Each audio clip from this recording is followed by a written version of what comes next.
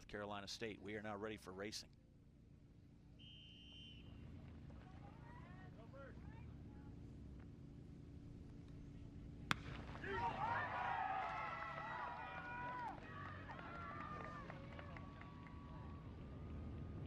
Tough to beat that, right? I should just be quiet, let it wash over you. It is the best sound. I don't know.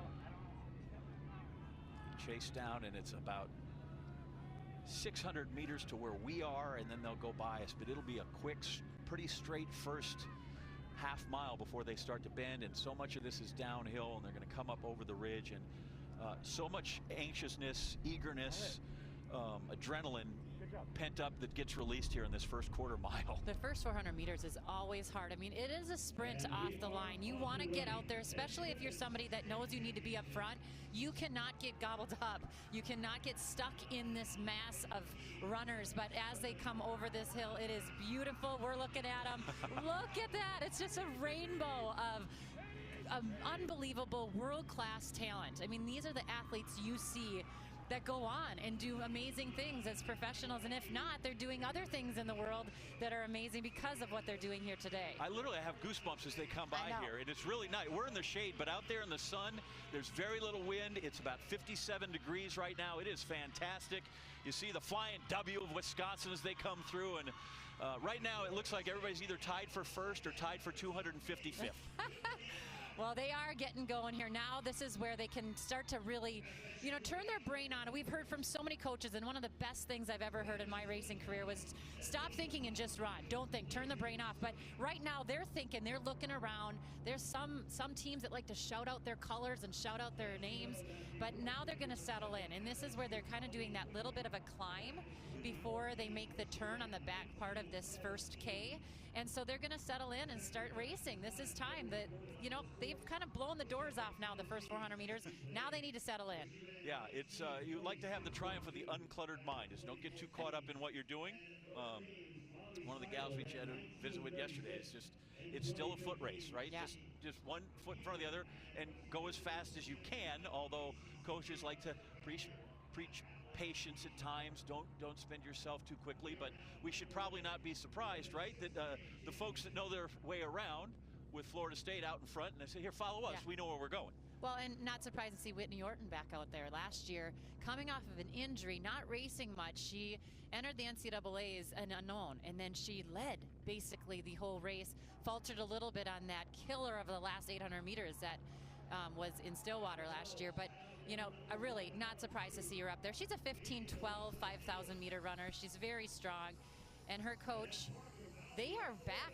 And they want it. You know, yeah, they don't mind being the underdog, Diljeet Taylor said, but you don't make a t-shirt with a target on your back for nothing. You don't run a BYU and think you're an underdog ever. Exactly. But she said she didn't mind that mentality.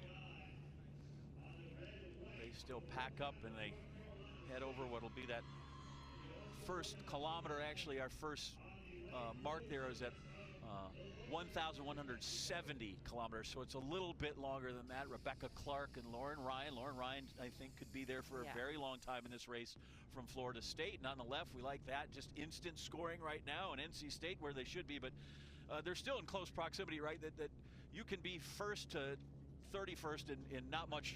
You can switch all those places team-wise and in no time at all with that pack. It will start to string itself along as we cut through here and get through the first mile. And of course they're going 6K is the women's distance here.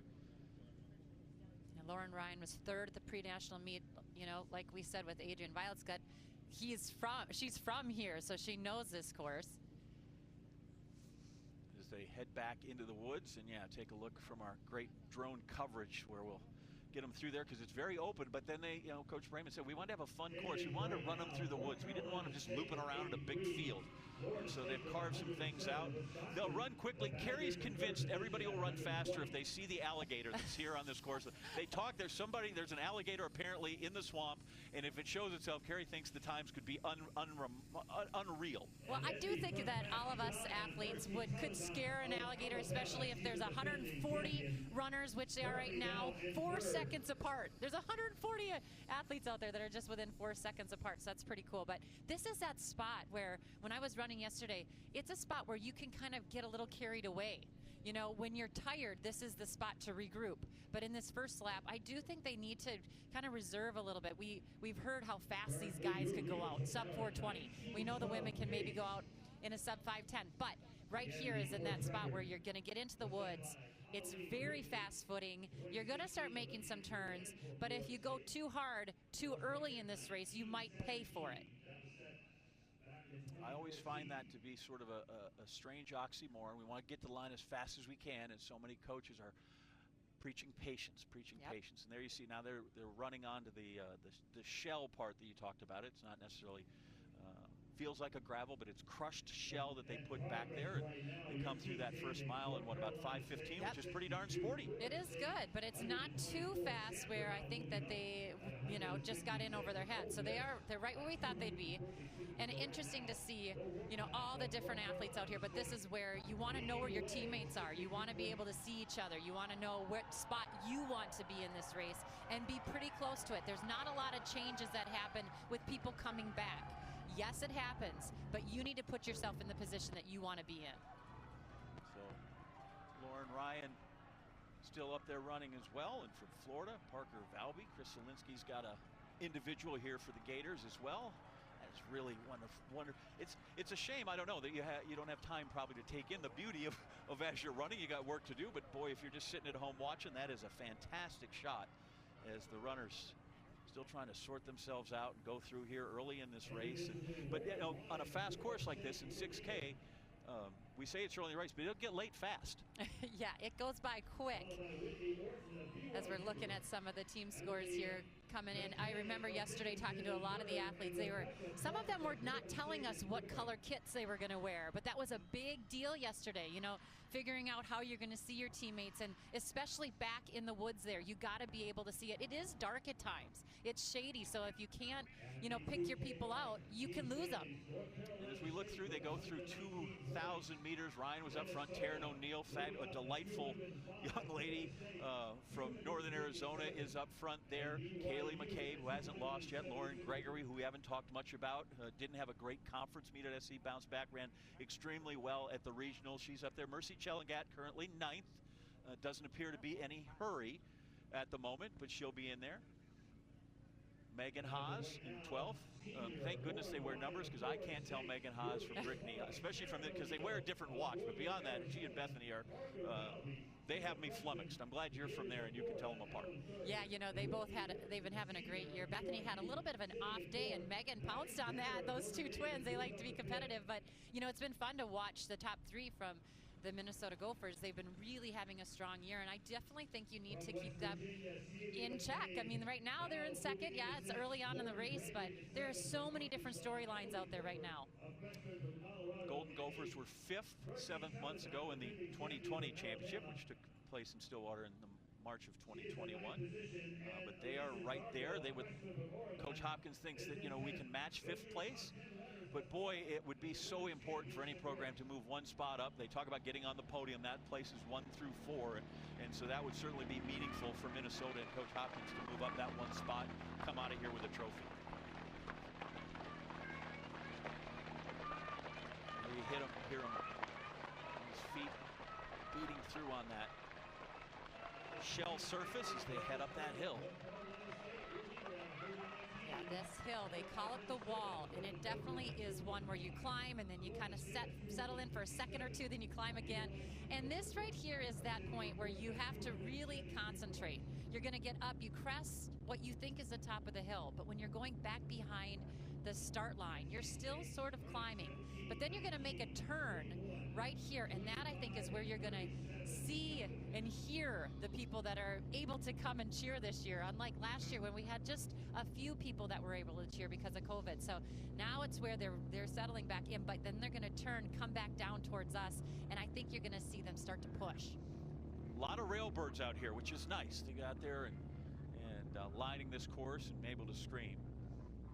So as we look at them and wait for them to crest this hill and start their second loop as they come through here. And part of the beauty of this sport, part of what the camaraderie is and why people get along and they seem to do so, is there is a shared suffering in this sport. Everybody has gone through the same thing to get to that line, and that becomes a real thing in the race. I hurt. How do I run through the hurt? And that was a question we posed to a lot of these runners is, when it gets hard, what are you thinking?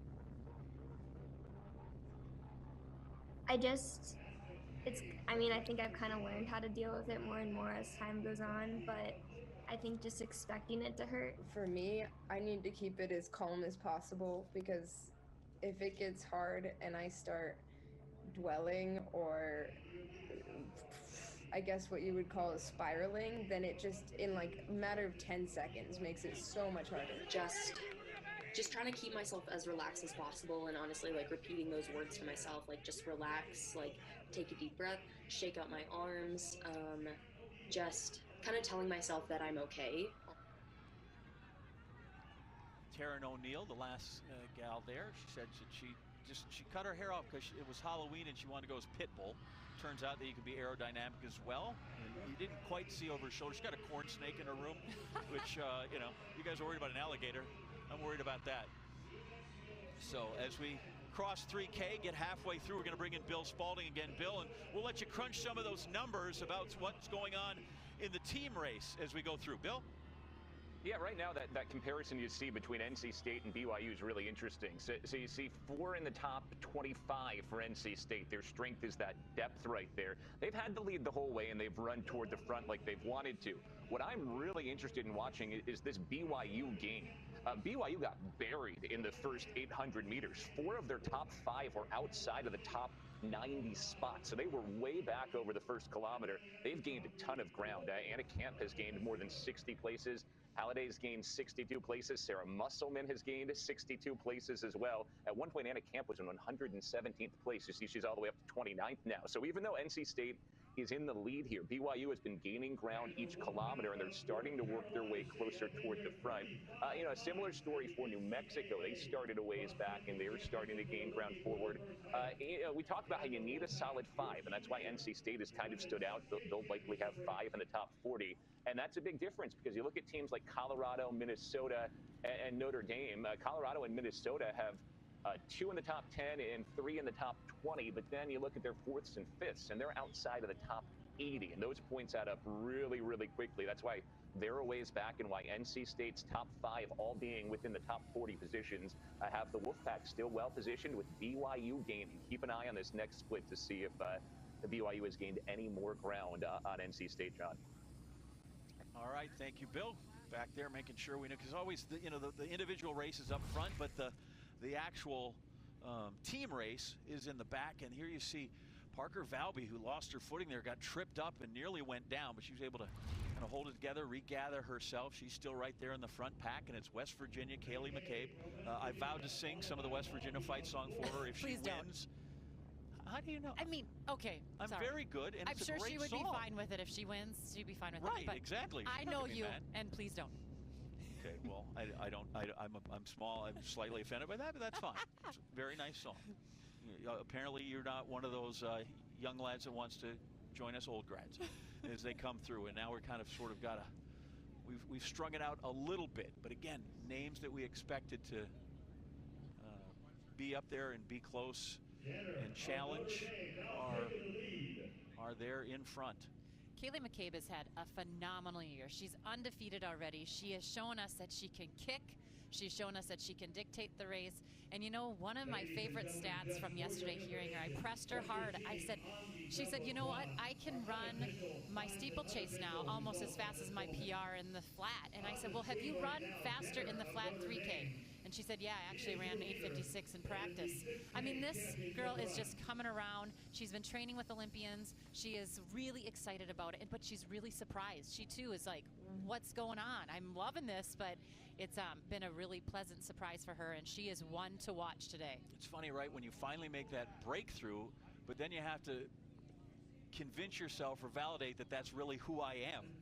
When you come through, and Kayla McCabe talked about that she now feels like I'm there, and I certainly belong. As we look at the stats through 4K on Parker Valby, the fine runner from Florida. There's Kaylee McCabe, don't be fooled by the spelling. She's Gaelic. Parents put that on her, and she's had a terrific run, and says she benefits just every day from being on campus in Morgantown, walking up the hills in that town that are on that campus. If you've ever been to Mountaineer Stadium, walk up there. It's quite something. They get back that second loop, and now up here on the shells and trying to start grinding it out. Taylor Rowe, we see her kind of for the first time get her in frame. There she is. She was second last year, shocked herself, wanted to go top 20 and ended up in second. She's in 7th place through 4K and now has taken herself right to the front with America's brightest orange. You know what I've liked about what her and Coach Smith have been talking about this year is, you know, for her to think about what can I do to be better? Well, that's to win this race. And some people want that pressure. Others don't want that. And Coach Smith has said, you know what? Let's just go into this race and have some fun and perform the way we know and run well. Is it going to be first place this year? Is it going to be 10th? You know, he's trying to take the pressure off her. And some people might say, why would he say to her it's okay to be 10th? I think he's playing some mind games with her, so she doesn't think, if I don't get better than second, I've totally blown up. This woman ran really well last year. Right. And if you constantly think I have to win in order to have a good day, that's tough to overcome. Kind of decompress them. Now you see we get root for one. So we have the outside where the fans are, most of the general public and the Railbirds, but there's kind of an inside loop here where your teammates and your coaches can just chase back and forth and see a couple of times along the race. And it's nice here, right? This is a really wide course, so there's space here that they can get out and you get a little elbow room, and they can work themselves out and not have to be so crowded, even when you're in the lead pack. Yeah, and this is what's nice about this women's race. You know, it's a little bit shorter than the men. Obviously, it's 4K shorter. There's controversy about that. Sometimes they want to have the same distance, but in the women's race here, you're not going to lose anyone too quick. But on the men's race, we'll see what happens. But you can kind of lose people back in this spot. Now, is it going to make a difference for the team race? Potentially. If you're losing your teammates or losing the people you're trying to beat, this is where it's going to happen, back in the woods. And we are ready. We are into the final K of this race already. Whitney Orton went through at least over the 5K mark in front in 16:24 as they sort out the scores right here at NC State, currently running with 5 runners in the top 34, 2 in the top 10, 3 in the top 15, sort of in control right now. But boy, so much can change here over the last kilometer. But this is what NC State has worked for so long.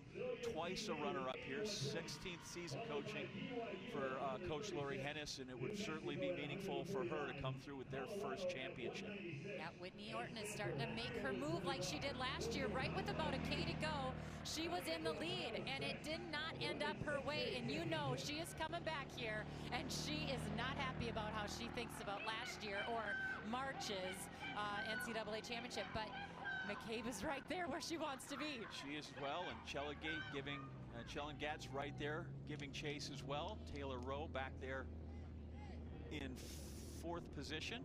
And they made their way up the wall. They made that turn. They have less than 500 meters to go. Yeah, once they turn left, they would come and they go right around the tree the first couple of times, and then they come in here. And BYU. And watch Chellengat. Does she have enough turnover in her? I mean, you know, we have seen Whitney Orton in 1,500 meters kill it. She's a sub 4:10 girl. And then we've seen Chellengat run so well over 5,000 meters. Can she hold her off? We're watching Anna Camp, the NCAA 1,500 meter champion. She's in the back there watching the team scores. Oh my gosh, there's so much going on. It really would be a triumph here for Whitney Orton, the way she finished last year to push through and get it. And right now, as you said, her turnover is good, and Mercy Chellengat giving chase, but doesn't seem to be quite there yet. And in behind her, Kaylee Logue running very hard for Iowa State. And Kaylee McCabe also from West Virginia, but coming down, we're into the last 300 meters here, and Whitney Orton, it looks like she's going to be able to enjoy the crowd a little bit. Like, she's not giving up. And I feel like if I'd shut up, we might be able to hear Diljeet Taylor. Oh, I'm sure right? you Because can. you know she's about to lose her mind as Whitney Orton is going to come through and be the national champion of the 2021 NCAA cross-country champion. BYU's Whitney Orton first across the line. Chellengat will be second, and then McCabe, it looks like, and Logue just behind her in fourth. Taylor Rowe, another great run in fifth. And NC State, if we start to count up the times for the team title, gets their first loss with Kelsey Kamel. And now it's just a matter of adding them up. Who can get their 5 across the line before that? Lauren Gregory, her final cross-country race is across the line. So we on the right have them coming through down the straight. And then as they finish, there went Taryn O'Neill, unmistakable. Chrissy Gear just across the line. And NC State has their first 5 in at 84, and New Mexico brings their next 5 across. We'll see where BYU's 5th place runner comes, and that will vault them into second right now. As you see there on the screen, I don't need to show this, people. You can do math. NC State, though, they're going to be the national champs for the first time. They won in the AIAW, but as an NCAA squad, it's the first time in 41 championships that Lori Hennis is going to take home the top trophy. The gold first place trophy is going to go to the Wolfpack. Yep, so NC State winning the first team championship, and it looks like Whitney Orton winning the first individual female championship for BYU. Pretty historical day here today. They have 5 team titles, and as they came into this, they were ranked 4th, but they're going to finish 2nd. New Mexico, Joe Franklin's squad with 130 points in 3rd, and Colorado will be that 4th team on the podium with 187. Iowa State currently doesn't have everybody in, so those are still shaking out. But 1, 2, 3, 4. The podium is set. NC State, BYU, New Mexico, Colorado, and I know you said that, you know, BYU, we got the target on our back as the defending champ, but all season long, I think NC State was the team to beat, and they realized it. So there was certainly pressure on them to perform because that's who was expected to win. Pressure on them to perform, but Lori Hennis kept saying, just do what you do. Don't do anything crazy. Don't come out here and try and run above your head. Be the pack. They are the wolf pack, and that's what they're trying to establish, and they did that today. You know, there was a major shift in the second half, and yeah, we are watching. You know, this is such a tough race. It's a hard sport. It's a hard sport, but she's going to hopefully get up and get through that finish line. She's trying her hardest. Yeah, but major props to everybody who ran so hard on this course, so fast. 19:25. It's amazing. See the team score still shaking out, but it's Orton, the defending champ. Chellengat comes home 2nd. McCabe, Logue, Taylor Rowe, your top 5, and there's the triumph of Whitney Orton, your national champ from BYU. Back, summing things up when we return.